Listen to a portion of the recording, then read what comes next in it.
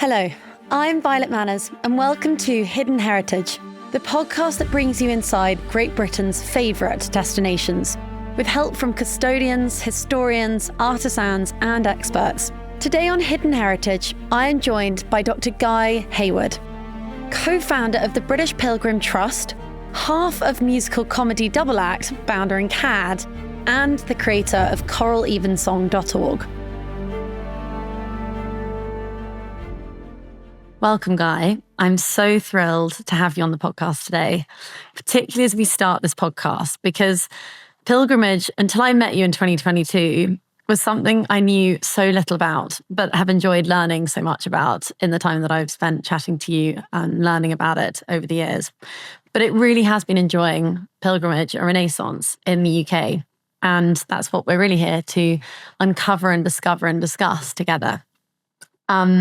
So I was sort of thinking about how to start this conversation with you, Guy, but I think it would be so interesting in your own words to hear about what pilgrimage is and where it came from. And also just hello, and thank you so much for being here with me today as well. Hello. Well, thank you for your enthusiasm and showing me sort of getting it sort of straight away without necessarily knowing all the details, sort of getting the main thrust of it. Pilgrimage, for me, like walking has been enjoying a renaissance for the last 30, 40, probably more years in Britain. But generally there's been when I was a kid, we were taken up hit mountains and stuff or to get a nice view. And that was generally like the kind of mindset that you would get. And walking became a kind of, you'd walk from the car park, you'd go and have a lovely view, and then you come home, and then you'd maybe have a picnic or something. But that was sort of it. And I suppose pilgrimage for me has more of a dimension to it than that. It's so maybe that walking is maybe more for the body and pilgrimage for the soul. And I think I've been trying to unpack the soul part of pilgrimage and the walking ever since. And I mean, you were saying how you don't know that much about pilgrimage, but you've been introduced to it, and you've kind of. I think I am weirdly, I know it sounds a bit sort of cliche, but I realize I don't know much about it. The more I do it, the more I realize you can't know everything about it because it's so much everyone's own journey. And a journalist once said to me, she said, you're so lucky to be working in this field because it's an infinite story generator. Like every single journey is completely different. I mean, and different things happen. You have different thought processes that you start going down. You feel different feelings. It's roughly the same kind of structure, the way you do it, but where you end up and the journey you go on is completely unique to everyone. And I think we're all feeling like we want more individual sovereignty these days. It's a phrase that keeps coming back, and you see it all across the world in different ways,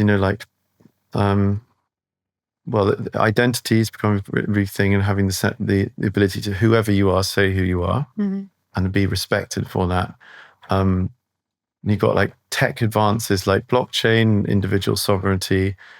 I suppose in spirituality, you've had this kind of new age movement, which is kind of fragmented, and there are loads of different wellness traditions and practices, and gets a bit confusing. But the core of it is that I want to do it in my way. I don't want to be told what to do. I want to discover and go on my own journey. And I think for me, pilgrimage is the ultimate version of that, because you don't have to go on a course to learn how to do it. It's kind of simple. It's walking. And as long as you've got a decent route, which takes you to great places, places of heritage, sacred heritage, you'll be fine. It's a kind of easy beginner's spirituality. And for people who don't know where to start, who don't have a belief system, don't really know what they think, don't really know how to connect with themselves, or it's actually really good because it just opens things out gently. And for people who think they know all the answers and are very, very learned and understand these sort of theological, philosophical traditions like loads, they learn something from going on it too. So it's kind of, it levels all of us. Has an amazing duality to it. Yeah. Because where does pilgrimage, like where does the word or the practice, or is it where does it come from? Like how old is the kind of experience of pilgrimage? I mean, it feels like it's the dawn of time. Like I think it's the dawn of time. I think, planets go around the sun on pilgrimage. I think swallows and starlings and salmon go on pilgrimage. They go out from their home, going out into the oceans, discovering loads of things, finding food and whatever they need to do out there. And then they come back, and then they nest again in where they came from, sometimes within like 10 centimeters. Like salmon, it's just like they go for 3,000 miles and then come back to like 10 centimeters square that they started off at, that kind of sense of homing, I think, is really key. And The Hobbit is there and back again. The cornerstones of Western literature, the Odyssey, the Iliad, these are journeys of going out from your home, outwards somewhere, traveling far, meeting lots of different people, going through lots of different situations, learning whole new ways of being, cultures, and then coming back home and bringing all that learning back to where you came from, and then presumably living your life out in a good way after that. I think hunter-gatherers are, before we started settling, were constantly journeying anyway, because we didn't have that agriculture until 12,000 years ago. So probably ever since we settled as agricultural humans, we probably started creating fixed sacred sites. However, probably before that, there were fixed sacred sites, because some of these rock formations and natural features are just so obviously sacred. You don't really.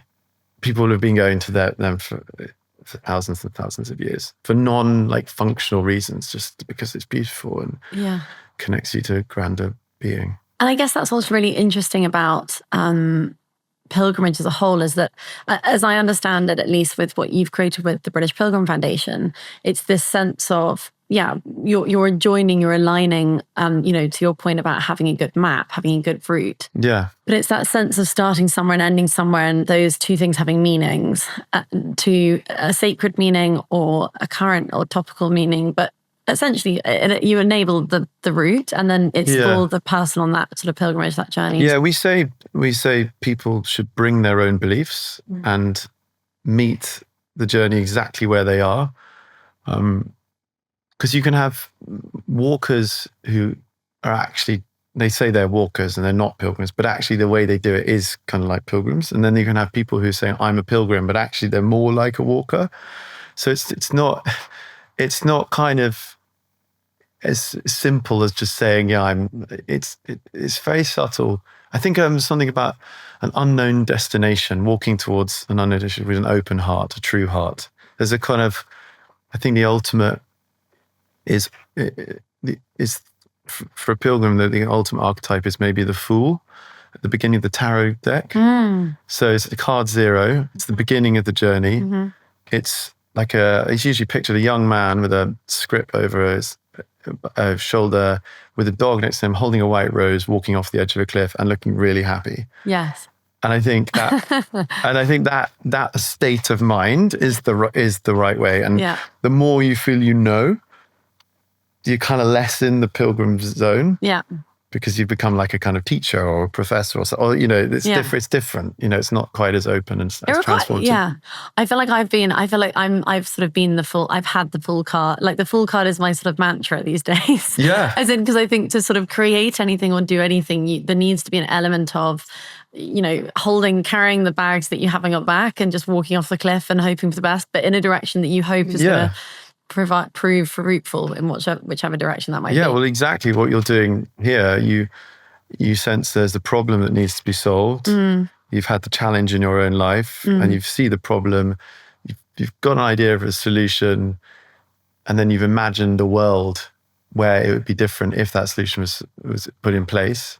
And then you're asking people to come along with you on that journey. I mean, it's like you have to have this sense of just like ultra openness to be able to go down that path, because probably you'll be doing new things that no one's done before. Yeah. And it's really exciting. Oh, thank you. No, but and I guess that sort of cycles quite nicely back to as well you, and like what was your first entry into this world that you're now in? And I know that you're on a kind of amazing journey, but what was the sort of the seed sort of sparked the inspiration of, I guess, not just with the British Pilgrim Foundation, but also what you've done with the choral evensong as well? Yeah, well, it's quite a long story, but maybe I'll tell it. I don't know. Yeah, and I think it's right to tell my own individual story, because that's all I can tell from and that's more in the line of pilgrims. So I guess I started, and I had two very lovely, loving parents who were part of a religion called Christian Science, which is not Scientology, but it's unusual, and they believe in not taking medicine and not drinking alcohol, and it was founded by a woman in the late 19th century, and it's quite an extreme philosophy. It's like everything's mind, and matter's not real, and it's quite extreme, and it was amazing in a way. Like my parents are wonderful people, and when people meet them, they think they're great. But growing up, it felt kind of a bit too one-sided, and then it caused issues in my family. Minority, anything causes issues often. True. And so I sort of put it all to one side. And when I was like 12, and I was like, I'm not going to do this anymore. I'm just going to be scientific and rational. And then went to university and did music. And I was at Cambridge. So there was this sort of sense of being intelligent, of needing to be intelligent, and intelligent people don't believe in soft-headed stuff like religion, connection to divine, or whatever it is, soul and spirit, So I carried on like that, and then I hit a kind of wall. I started this PhD on group singing and how it forms community around the world, and looking at like how choirs come into synchronization with each other, and that was pretty painful. PhDs are quite difficult, like stamina. And I went on this kind of journey, and then I realized I needed to just open up my worldview a little bit. By virtue of the PhD and by virtue of how difficult it was. Like, no, not really the subject matter, actually. More just the act of doing it, like being on your own so much, reading so much stuff, writing 5 hours, 6 hours a day is like, it's tough on the mind over a period, and especially if you're always on your own. And like, and then after that, I got to know this scientist called Rupert Sheldrake and his wife Jill Peirce, because they helped me actually shape my PhD with their thinking, and then I was house sitting for them, and then their sons, Merlin and Cosmo Sheldrake, who's probably quite a few people know now, because they've become quite well known with their book on fungi, and also Cosmo's music. They invited these two wandering minstrels for dinner, and I was in the house at the same time. And they said, "Oh, why do you come for dinner?" And so we sat down, and these two wandering minstrels have been wandering the land. Can I ask a really dumb question, but what is a wandering minstrel? A wandering minstrel is they were the only two in Britain. So it's not a very common thing. Pretty weird, sort of archaic and medieval thing, but beautiful. Like, it's basically wandering from town to town, singing songs and playing music. And so that's your gift to the world. And minstrels were a huge thing back in the... That's the travelling, wandering around, because they didn't necessarily have a home. But they sing for your supper, quite literally. So that's where it comes from. My co-founder, Will Parsons, wrote this book. It's just called Singing for My Supper. So it's exactly that. And when we walked I go jumping a bit, but yeah, when we walked, we put a sign saying "Singing for Our Supper on pilgrimage from from here to here," and then people would be like, "Okay, maybe I should give you some money, or maybe you should come in for a shower, or do you want a cup of tea, or do you want to stay the night?" And it was magic. So I heard all these stories and connecting with nature, like washing yourself in the rivers, like cooking by the campfire, was quite extreme. Like I'm not nowadays promoting that it has to be quite like that. I'm not sure that everyone would jump at it if it was, but it was magical. It was like got a Game of Thrones, like meeting these two minstrels at this dinner. it was like I bet. it was sort of the real thing, like actually doing it in life. And so we did this week's walk together, and we're taking a song back to where it came from, the Heart Lake Bridge tragedy. And 70 miles along the River Medway, we walked and we sang this song to everyone we met, cooked by the campfire, slept in the woods, like bathed in springs. And then when we got to the end, there's this monument to all of the people that had died in this tragedy that the song was about, 37 hop pickers. So, and this bridge had collapsed and they drowned in the river. And when we got to the monument, there was a couple standing in front of the monument. We were like, there was no one else in the churchyard, no one else in the village really. And we said, what are you doing here? And they said, well, we tried to find this place 10 years ago. We're now only here for 5 minutes, but we were like, what's your connection to the monument? And they said, oh, 3 of my ancestors died in the tragedy. I'm like, that's pretty extraordinary. It's like, have you heard the song? And they hadn't heard the song. Wow. So we felt like we were returning the song to the bloodline and not just the place. And I think that was the moment, because we weren't calling it a pilgrimage. We were like calling it some kind of like a song walk or something like that.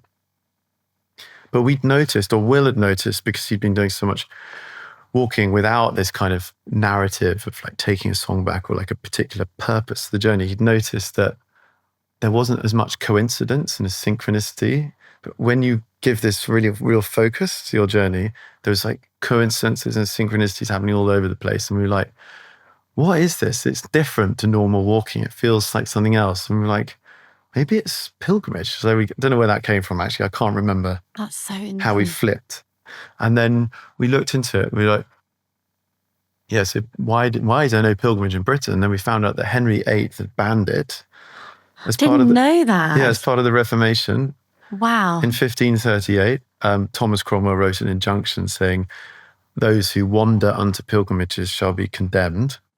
Because up until that point, it was the thing. It was the thing. It was like, if you wanted to go on holiday or holy day as a as a labourer on the land, you could down your tools and like legitimately go on pilgrimage to a cathedral or something. And that stopped because they wanted to keep people at home, and then the journey working, and then the journey became more about the journey of the mind. So that's why they translated everything into English, the Bible, so that you would read like the Pilgrim's Progress or the Bible. You'd be going on a mental journey, right, rather than an actual physical journey. How fascinating. There was a shift from the body to the mind.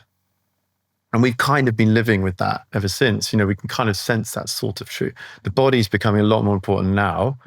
Yoga and the way people attend to their bodies and the gym and they eat healthily and all this awareness is growing hugely. Hugely. And I think it's this swing back. And that's what this is part of, I think. That's so interesting. I had no idea that was the history. Makes so much sense, though, because if you really think about that period of history and everything that went on after and in between, it's been, you're so right, it's all been about the mind, the Industrial Revolution, everything that sort of then came much later. But the revolution, I guess it's all led up to sex as well, and like Victorians, how they approach sex. And why, what do you mean? Well, it just became quite prohibitive and like it was slightly more taboo, and things like anything to do with the body just became over time more and more taboo. Yeah, interesting.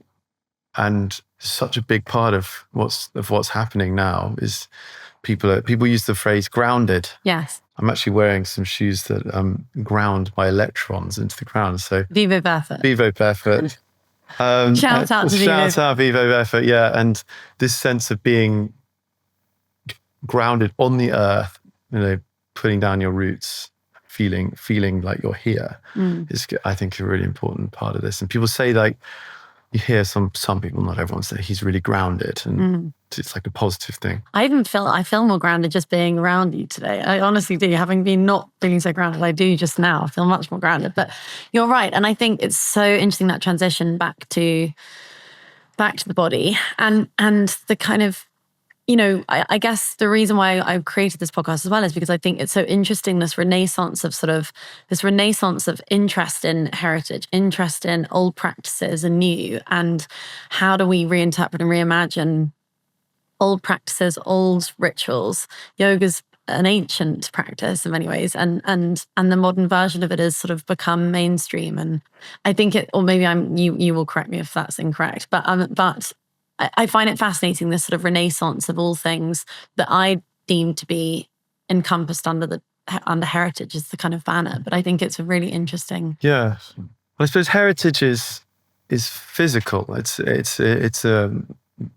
like buildings, you know, yeah. and paintings and cultural heritage as well that goes through time, but like song and things that goes back a long time. But yeah, there's something kind of physical about it. And I think that's part of, as we become more and more virtual and we start going to the metaverse and we spend more and more time, not totally, we can have so much, our mind can go on this amazing journey. If you stay at home and you just work on your laptop all day, you realize you haven't moved your body at all. And yet you've been in like so many different worlds, maybe all around the world, maybe talking to so many different people or learning loads of different dimensions of stuff. And you haven't moved your body at all. And I think there's going to be a bit of not a backlash, it's probably not the right kind of word, but like a counterbalance to that. People actually wanting to be in really high quality places.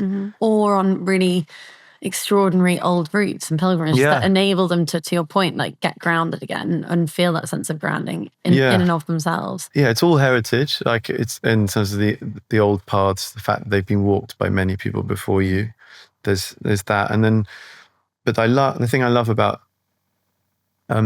sacred heritage in buildings, and that can be quite a broad term, is that it's concentrated kind of acts of devotion over time in place. So like an ancient church or a holy well or an ancient tree, a river source or a stone circle or cave and island or waterfall, or even like a castle.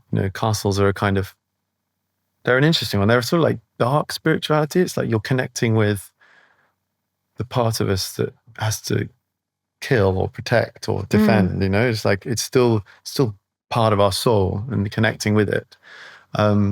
All sorts of different buildings, because people have been doing the same thing in the same way over time in this place, it sort of becomes a kind of resonance over time. And that, so I think that's what people are tapping into. I agree, but it's so subliminal and it's so subconscious. But I think it's, and in many ways, for many people that maybe don't realize why they're kind of finding themselves more interested in heritage or anything that's sort of ritualistically been done for a long time, is sort of enjoying this renaissance. I find it fascinating because I think it's that they're tapping into. Maybe perhaps some more unconsciously or consciously than others, but it's interesting. Yeah, I mean, I find that, so we have quite a lot of people who regard themselves as atheists or they're not interested in spiritual side of things. And yet, even people who hold those positions, they often say, I feel a peace in certain ancient buildings. That gives them a sense of peace. And you're like, well, that's great.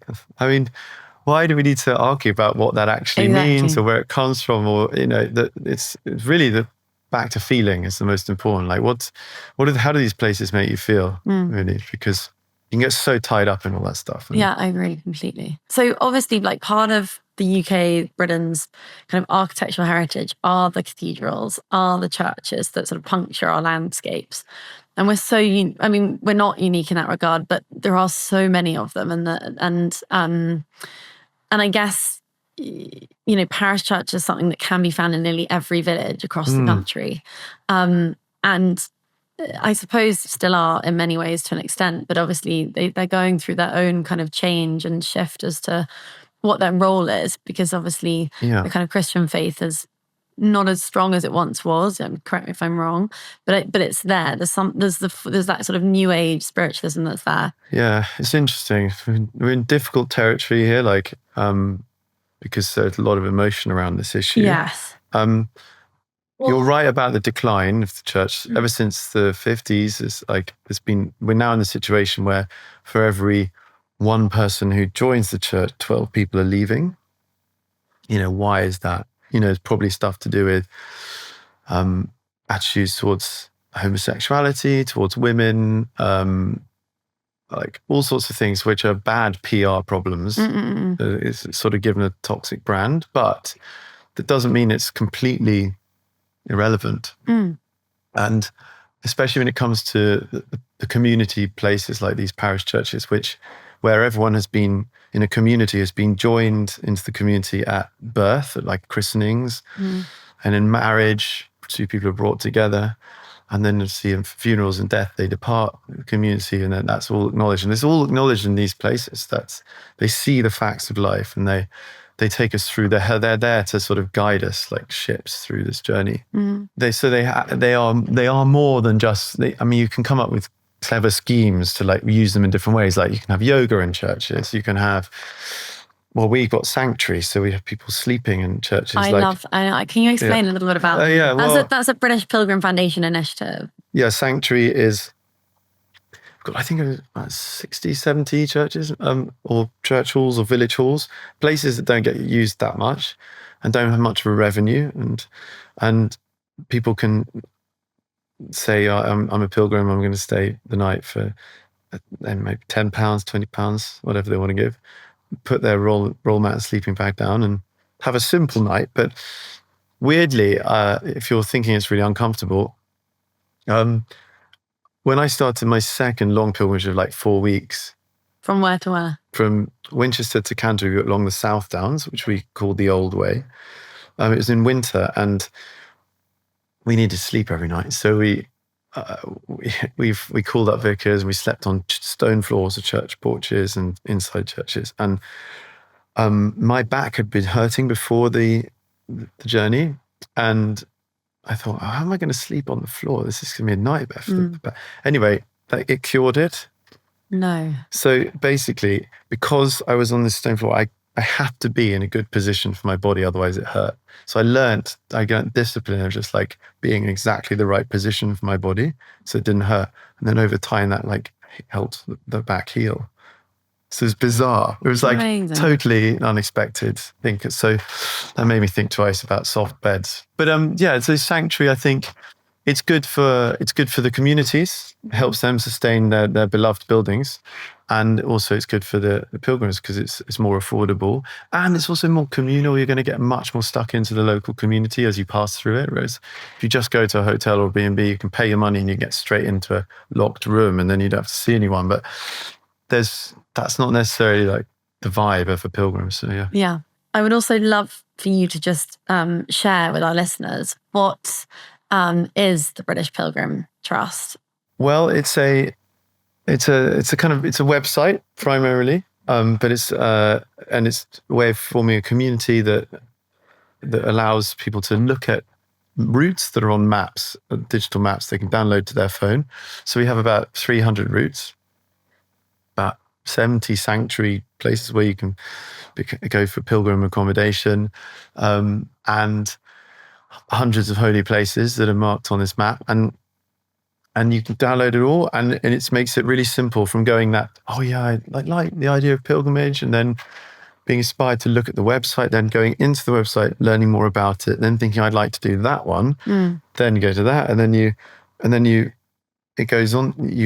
It makes it as easy as possible to transition to actually being on the path and not being scared of that step from being interested in the idea and thinking I can't do it myself to actually just saying I can do it, giving them all the information they want. So it's a kind of, we're using maybe a bit like Heritage X, a kind of a network of places, a network of these special things that are like common to all of us, and we're joining them together through these routes, and we're just saying all this good work that's happening in all these communities, building these routes out of the love they have for their own places.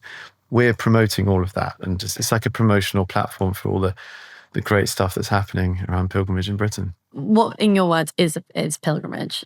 Well, the kind of definition that we've been using for, 10 years now, is probably a journey on foot with purpose and soul to holy places. And holy is a tricky word for some, but it comes from the Old English halig, which means healthy, holistic, and wholesome. Didn't know that. And so any place that makes you feel holistically connected, wholesome, is holy. Mm-hmm. Some people would find that tricky, some of them disagree with this, but I think it just opens it up. So it allows you to talk about farms being holy. That some farms are really they're beautiful, and the way they look after the food and they grow the food is particularly exemplary. So they could be a beacon farm, like a holy place. So they just to show like a different, like an amazing wild swimming place where you feel really in connection with nature and water, and that's holy, I think. And then you have the more traditional, maybe the more cosmic, God, divine type place. And yeah, they're all holy in their way. And I think that opens up the concept. I'm sure there are many rituals that one can adapt or adopt, or, when they're sort of going on their first pilgrimage. But I remember one of them that really resonated with me was this idea of the difference, to your point earlier about a walk, is that, you're sort of walking to exercise the body, and it's more related to exercise. But I love this idea of on a pilgrimage, I think you said that you kind of invite people to set an intention or to ask a question at the beginning of a pilgrimage. And I think that's such a wonderful idea. Yeah, so the other sort of way of looking at pilgrimage is that you walk to a destination and you set an intention. So that when we first started in 2014, I think we were thinking people often ask us, well, what's the difference between a walk and a pilgrimage? And at that point, the intention was the cleanest way we could think about it. At the beginning, you say, I want to bring something into my life, I want to let go of something, or I want to resolve a question that I have. So if you start a journey like that, the only issue with that, I realized a few years on, and this is the beautiful thing about starting any journey, is you never know where you're going to end up. You might have you might think you've got a vision that works. And then as you go along, you find out you're maybe a bit wrong about that. And I started to hear over and over again that some people say, well, what if I don't have an intention and I don't really know what to do? I don't know what question to ask. I don't know where to start with all this. I just want to do the thing. I don't want to have to feel that strain of not having a good enough intention or something. But then the full idea of being open to being transformed in whatever way that is, or to walk with soul, like to just connect with yourself in your fullness, whatever that means to you. So yeah, I'd say that's how we went with it. And then are there any other kind of rituals for pilgrimage that you particularly kind of? Oh, that's a good question. Yeah, you can have a lot of fun with this because you can kind of do it. No one's going to say because you're often on your own. You can't do it wrong. You can't really. No one's there like saying you're wrong. You can sort of do anything you like. Some fun ones. We were trying to start from Salisbury to go to walk a winter solstice pilgrimage, taking the song "Moon Shines Bright" back to Winchester Cathedral, and we couldn't get into Salisbury because the choir was practicing for a carol service. So we thought, what are we going to do? So we walked around it.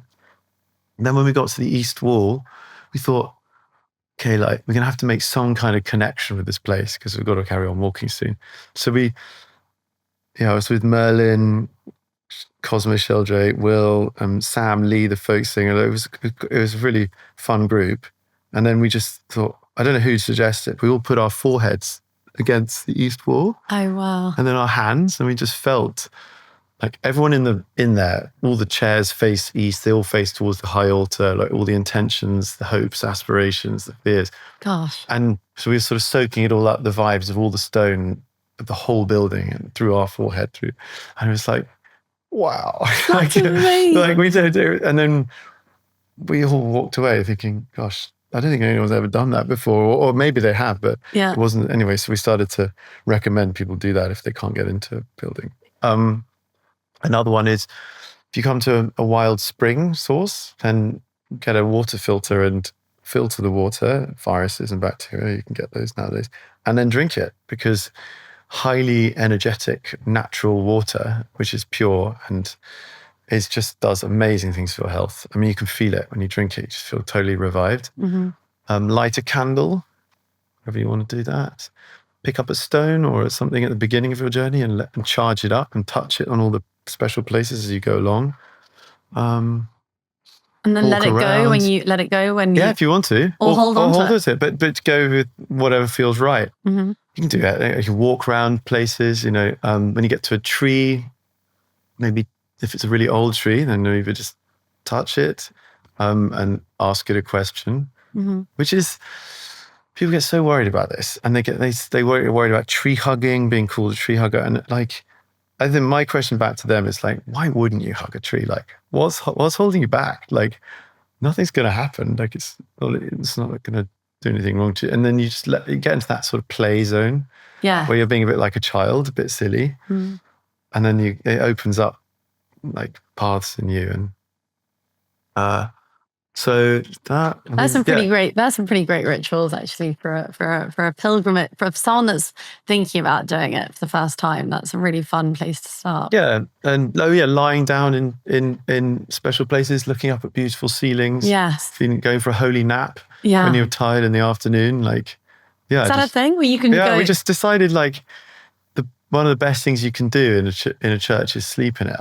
And so in the afternoons when we'd be really sweaty or like hot, and we'd just go in and we'd lie down on the cool stone floor and then just fall asleep for 20 minutes. And then we'd wake up and then we'd carry on with our journey. And it'd be so much better than doing it in another place. Yeah. I love that idea.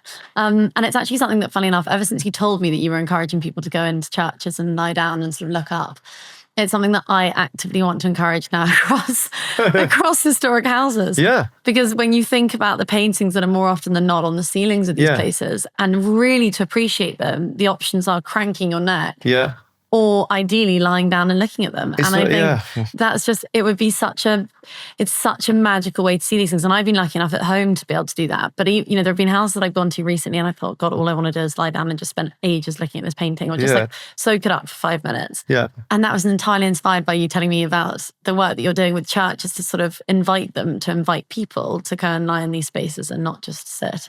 Yeah, it's great. So many things are good about it. Like your whole body's in contact with the floor. So it's like proper grounding in the most literal sense. You get this kind of massive perspective. You can see like you see the whole room. It's like a 360 view of the room. You can see the paintings, you can see the ceiling. And then, it's, earlier today, like I was taking some friends and we went to Westminster Abbey, and there's this like lady chapel at the end of it, which is the most like psychedelic, trippy like ceiling you could ever look at. And when you go in there, you just feel amazing. And we asked permission from the local steward, like, can we lie on the ground? And we did. And all my friends were like, wow. Like, it was almost too much. And and I did it in Christchurch Cathedral in Oxford. I probably shouldn't be saying all this because I'm not sure they want people to do it, because they often think you're having a heart attack or something. They get very worried. They get panic if you're on the floor. But did it under the St. Paul's Cathedral dome. I once did a sort of flash mob version of it, not by accident. I just thought, right, evensong's finished. I'm going to go and lie down under the dome. And then everyone just started joining me, and we had like 80 people lying down. And the officials started, they didn't know what to do. I bet. But it would be really good. I mean, if they open themselves up to this, I can't really see the downside. Neither can I. I mean, if anything, feet are more damaging than bodies lying on that floor. In theory. In theory, yeah. And then I guess you just touched on evensong, but that's something else that you've also kind of created. And I'm yet to be able to join you at one, but I would love for you to just explain what the choral evensong is. And well, I quite like, when we started the Pilgrimage Trust, it was very unpopular. It was an unpopular term, and I quite like the challenge of making something that's really not cool and unpopular popular. And I think one thing that's more uncool and more unpopular than pilgrimage is going to church to listen to like singing. So for me, it's like a challenge though, like, right, good. This is up next. This is our next. And I think, I started them both at the same kind of time, but I think now's the kind of time to start focusing on that a bit more, because everyone saw the a lot of people, 5 billion people saw the coronation, and they heard the music in that building in Westminster Abbey, and they heard the standard of the choir that just does this stuff day in, day out. So you go, and if you're in London or wherever you are in a cathedral city or a lovely big church with a good choir, if you go about 5 p.m. every day, they'll be singing this 45-minute service of music called evensong at the evening point between day and night. So I was about to ask, so evensong means that? So evening, the word evening is to do the even point between day and night. So it's the transition moment, and you're marking it. like the dawn chorus, Yes. you have an evening chorus too. Right. So as things are, that transitional moment, so that evensong is 45 minutes of 16th century traditional English, like the language of Shakespeare, of Cranmer. It's beautiful. It's like Harry Potter-ish, and it's kind of all the unusual like ceremonies that are happening, and the robes and the sort of magical feel of it all. Mm-hmm. The sacred geometry of the building, the stained glass windows, the incense, the kind of soaring choirs of it, like angelic choirs, like these boys, and it's and then this music from the 16th century which is like no one can write it these days. Like it was almost magical they were able to do it. And so all of these things together is just an amazing experience, and you don't have to believe anything. You can just sit there and just let it wash over you in a kind of anonymous way. No one's going to make you sign up to the rota or anything. It's like, and anyone can just anyone just turns up. Yeah, you just turn up, and it's free. You don't have to you don't even have to book a ticket. So you don't have to any admin. There's no admin. Extraordinary. And about 600, 700 people do it a day. But they're mostly tourists. But and you take people who've never done it before, and they pretty much invariably say, "Wow, I had no idea this existed, and why haven't I done this before?" Because it's very peaceful and it leaves you in a nice state. And so I think it's a bit of a no-brainer. I doubt it'll have much resistance. I think it can only grow because it's such an amazing offering. They put this stuff out every day. I mean, this. And why is it 16th century choral evensong? As in, well, or are they singing? They do sing modern music as well, but like in Westminster Abbey particularly, they do a lot of the early stuff just because without getting too technical, it was written in a very different way. Okay. Polyphony rather than like chords. Okay. Interesting. Yeah. And polyphony being just a type. Well, it's like fungi. I think of it as like fungi, and like the way that mushrooms like weave and create networks of that is music that's a bit more like that. So, like strumming a chord on a guitar is like vertical chords, harmonies, but like this is like horizontal melodies that wind together and like create these extraordinary like experiences of like a jigsaw of sound, basically. That's amazing. What I would love, seeing as we have you here, Guy, and I think there's so many sort of myriads and ways that I would like to sort of weave this conversation into another hour, frankly, if I could. But I also think, having seen the new sort of platform that you've built for the British Pilgrim Foundation, what would be your favourite pilgrimages that you've done over the years? I have a real like soft spot for the west side of Britain because there's more temperate rainforest and I think I love that kind of mossy, like there's more sort of green, verdant, lush kind of landscape. So I guess, and it's often a lot of the magical traditions along the west, like the Druids of Anglesey, the stories of the Mabinogion in Cornwall and West Wales. I don't know what the Mabinogion is. So the Mabinogion is basically our version of the Roman and Greek myths. So there's the founding stories of Britain, and like it's what we told our children like 3,000 or 4,000 years ago. Wow. Yeah, it's like, they're amazing stories. And then Lake District, I think for me, my heart sings when I'm up in the mountains drinking the mountain water and swimming in the lakes, and just it's really heart opening. And then where I'd really like to go but I haven't is like the Western Scottish Isles. Oh, really? Some of those sacred islands out there, like so bleak and remote and special, I can imagine. Yeah. Iona, I'd love to go there. I haven't been to all these. I haven't been to everywhere because there's so much. We have so much here. Like there are 16,000 ancient parish churches. Really? There are like 43 cathedrals in England and Wales, and not even Scotland.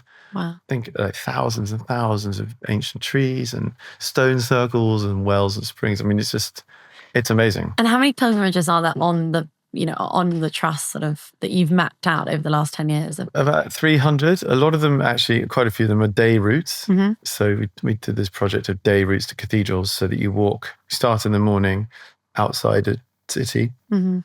and you walk via all the things I mentioned, like ancient trees and stone circles and stuff, and parish churches into a city. You see that transition between countryside and city, and then you end up at the cathedral in time for evensong. It's great with a picnic in the middle. So I think what we changed.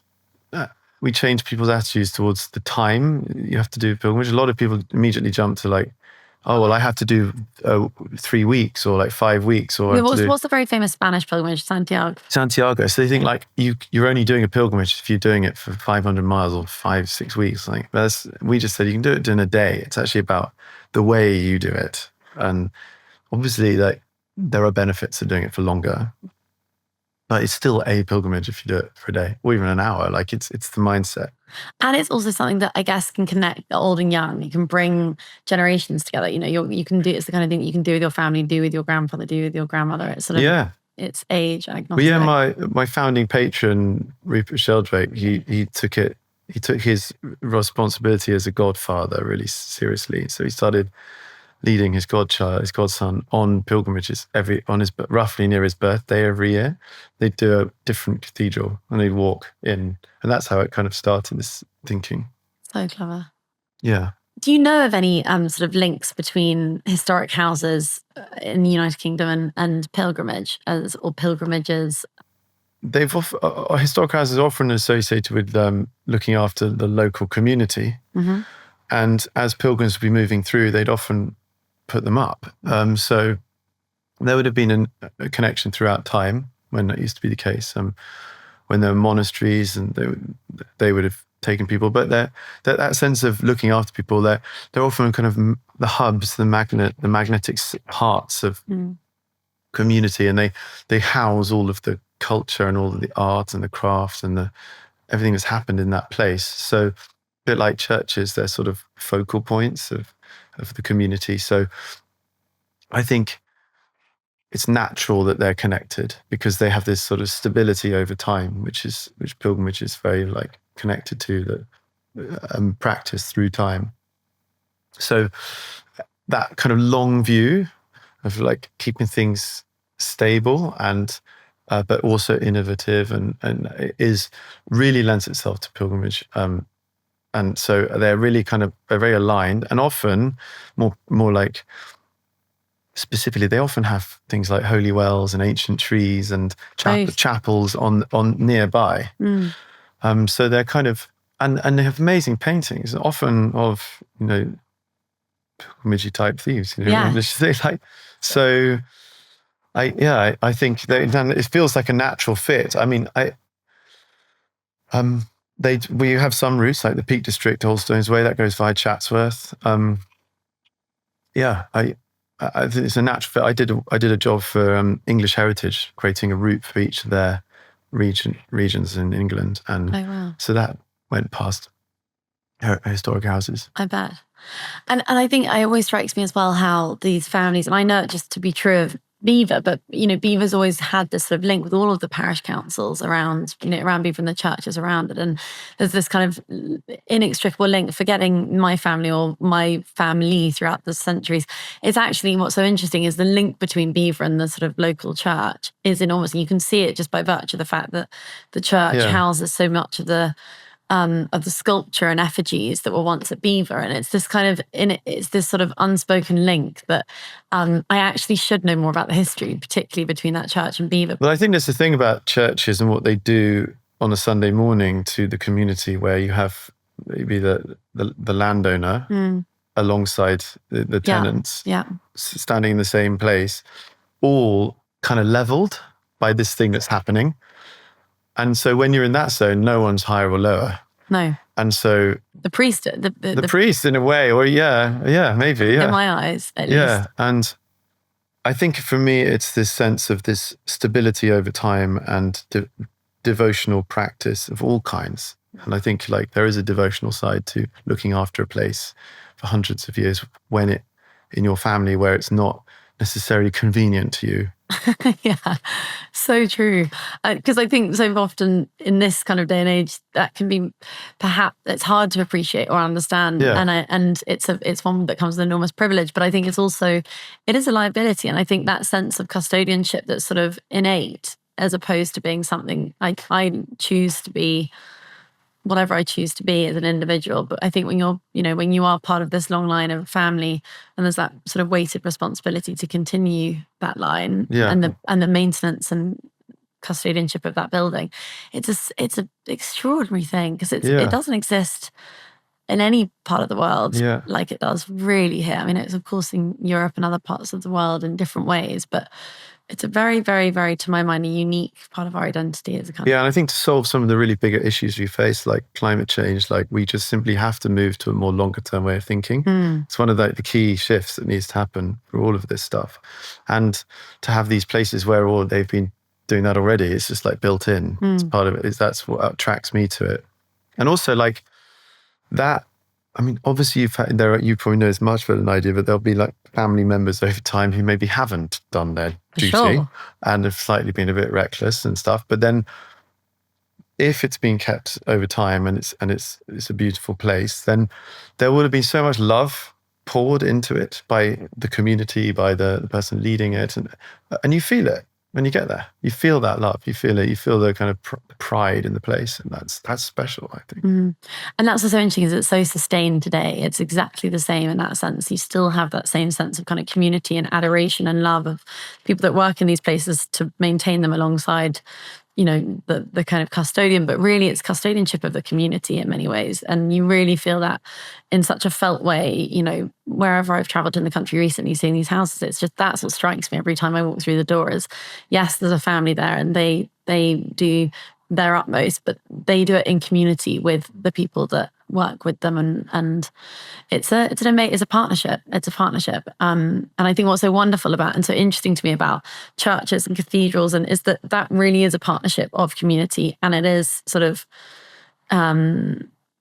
it's not tied to one individual in any sense. It's kind of a collective way of, it's a collective. So Guy, thank you so much for being on the podcast. It's been so interesting. The thing every time I'm struck sitting opposite or next to you, beside you, is just by how much I just know I learn from every conversation I have with you. So thank you so much for also sharing that with our listeners. Thank you for drawing it out and asking such good questions.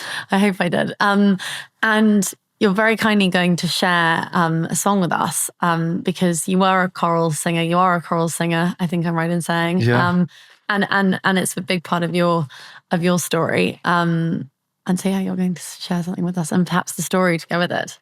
One Sunday morning, we thought, why not? Like, what do you do on a Sunday morning after the night before? And we thought, why don't we walk? You suggested there was this tree in Beaver, and a special tree that the family go to, I like a lot, and the roots are showing, and it's like a kind of a dream fairyland type. I think it looks like something out of Lord of the Rings. Yeah, or it looks something. like out of like that. And so we walked, I don't know how long it was, about 45 minutes, an hour, and there were grottos and things along the way, and we turned them into sort of special spaces as we went along with an intention.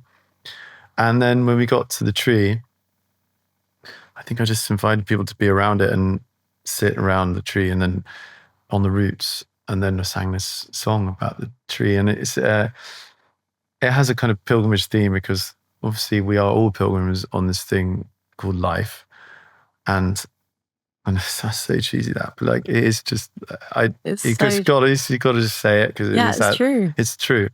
And so here we are with nature, and this is a song about it.